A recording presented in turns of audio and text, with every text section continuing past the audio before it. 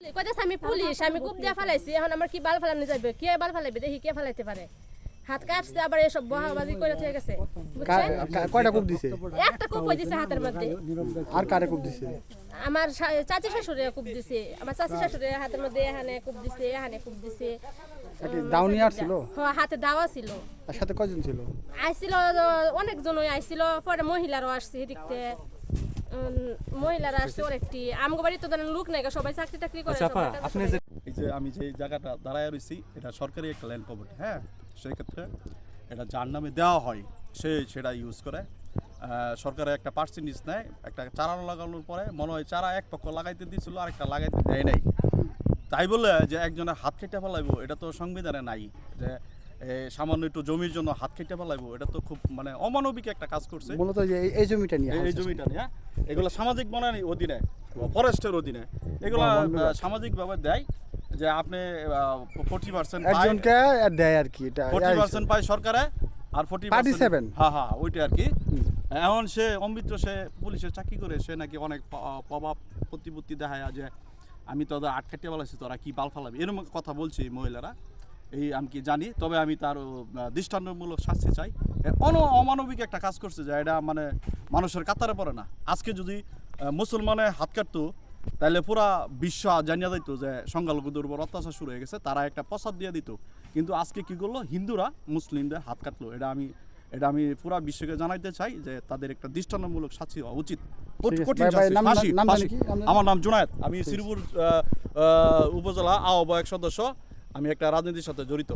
দেখে পরে মনে করে এক কূপ দিয়ে মনে করেন হাতটা দুই ভাগ ফেলাই দিছে। এক কূপটা একটা কূপে দিছে। কি হয় যার হাত কাছে কি হয়? হ্যাঁ, আমার জ্যাঠা হয়। আর আমার মা যে ছিল মুরব্বী মানুষ, আমার মার বয়স মনে হয় 80 কম হবে না। আমার মার হাতটা এন্ডা করে সাগলা বাগলা করে আছে, এনো কোবাইছে। এই যে আমি ফিরাতে যাই, ওনার ওয়াইফ রে কোবাইছে, স্ত্রী রে না, আমার কোবাই একটা আমার জেঠা আর একটা আমার মা, বুঝছেন? আর আমি ফিরাতে যাই তা করে, আমি শ্বশুর বাড়িতে বাপের বাড়ি বেড়াতে আসি, আমি ফিরাতে যাই পরে আমারও মারছে, আমারও আঘাত করছে। সে একা ছিল না, লোক ছিল তাহলে? হ্যাঁ, 2-3 জন আছিল। 2-3 জন। আসসালামু আলাইকুম দর্শক, দেখতে পাচ্ছেন তাঁতিসুতা এলাকায় যে আজকে এক কৃষকের হাতের কবজি কেটে নেওয়া যে পুলিশ সদস্যর বাড়ি, এটা দেখতে পাচ্ছেন আপনারা। যে এই হাতের কবজি কাটার পরে বাড়ি ঘর ছেড়ে সকলেই পালিয়েছে ঘরে তালা দিয়ে। এখানে কোনো লোক পাওয়া যাচ্ছে না, আপনারা দেখতে পাচ্ছেন। আঙ্কেল, এ বাড়ি আপনি কি হয়? এটা কার বাড়ি? এটা নাম কি? ওই যে পুলিশ সদস্যের নাম কি? অমৃত। কি আছে বাসায়?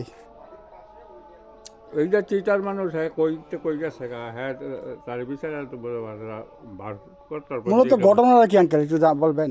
মানে কি নিয়ে তাদের দ্বন্দ্ব, বা কিভাবে হাতটা কাটলো? আমি তো আর এনে ছিলাম না। হাত কাটছে তো, এটা আমি অতক্ষণ বিশ্বাস করছি না। আমি মানে ছবি দেখে পরে বিশ্বাস করছি যে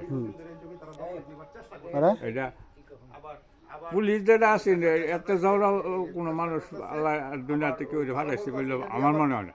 অনেক যাওয়া, মানে এলাকাত কি অনেক প্রভাব দেখাছে?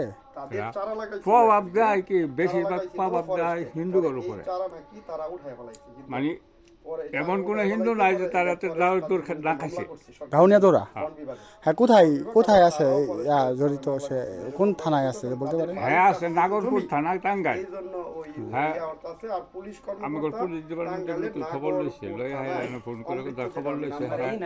ঢাকে হ্যাঁ, কি আর যদি শোনেন কইতাম আমি সারাদিন পর্যন্ত। মানে সে কি অনৈতিক কাজ করে? ছোটবেলা একবেলা মানে বিষ খাই বেড়ে যেতেছে সেটা। পরে এলাকার মানুষ দৌড়ে। বাড়িটা কোনটা? ঘর কোনটা? ঘর সিরু বাড়ি তাই এটা আসছেন। পুরান তার বাপ মা আছে তারা? না, বাপ মা নাই। তা বউ পোলাবান? বউ পোলাবান সিরু কোথায়? আর যারা মারছে তারা কি জন্য মারছে? খুব কে লিগে, মানে ডাকঘর দ্বন্দ্বটা কি? যারে মারছে তার লগে তার কোনো দ্বন্দ্বই নেই। দ্বন্দ্ব হইল তার ভাইয়ের লগে।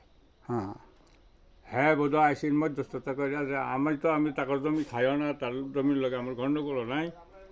আমি তারে কইছি যে তোরা আমার নামে মানে আমি তোর জমি খাই না, তোর জমির মধ্যে দরও যায় না, আমার কেলিগার সামনে গেছে এইটা কই সে ভরে বলে দাও কথা। শুধু একটা কূপ দিছে, আর কূপ দিছে? এইটাও আমি কইতাম না। আমি কইলাম না যে আমি বিশ্বাস। আপনার নাম কি? কাজী ওয়াজুদ্দিন। আচ্ছা। দর্শক দেখতে পাচ্ছেন যে এলাকার কাজী ওয়াজুদ্দিন ভাই উনিও বলতেছে যে এই লোকটি এত পরিমাণ খারাপ, তার অপরাধের কোনো শেষ নেই। আমরা আপনাকে যতটুকু দেখাতে পেরেছি, সে এখন আচ্ছা আরেকটা নিয়ে ফেলি। বলেন। পুলিশের বড় ভাই হুম। নাম হইল অমূল্য, হুম ওই যে ওই দৌলত বাড়ি, হুম হ্যাঁ চাকরি করে অবস্থায় তার বউ বাচ্চা গোসল করে কাপড় লাড়লে কাপড়ের মধ্যে বিলাই সঙ্গে দিত। হুম পরে যখন আবার সেই কাপড় গোসল হয়ে আবার কাপড় পরতো, তো খাদ্যের থেকে ধরে পানির নামছে, এটা বিচার কাম দিছে মানে এই পুলিশ সদস্য এই পুলিশ সদস্য। বাবির কাপড়ে বিরাজেন চিনি দিয়া বাবিরে ল্যাংড়া করছে। মানে সরকার না দিলে বুঝছি, হ্যাঁ। এই নালিশ তারা আমগোর কাছে দিছে। বুঝতে পারছি। মানে দেখতে পাচ্ছেন দর্শক, ওনার পুলিশ সদস্য অমৃত যে আছে, তার ভাবি বড় ভাইয়ের বউ, তার কৌশলের কাপড়ের মাঝে বিলাইছেন চিনি দিয়েও তাকে হ্যারাসমেন্ট বা অনেক নির্যাতন করছে। তারপরে শেষ পর্যন্ত তার ভাবি মহিলাদের বিয়ে ভাস, হুম পরে শেষ পর্যন্ত থানায় মামলা করে তার লগে সব কিছু ফয়সলা করে দেখতে পরে আসে। এইটা দিয়ে মামলাটা করছিল কি না এই বুঝতে। আচ্ছা আচ্ছা, ঠিক আছে। ধন্যবাদ আপনাকে সত্য কথা বলার জন্য।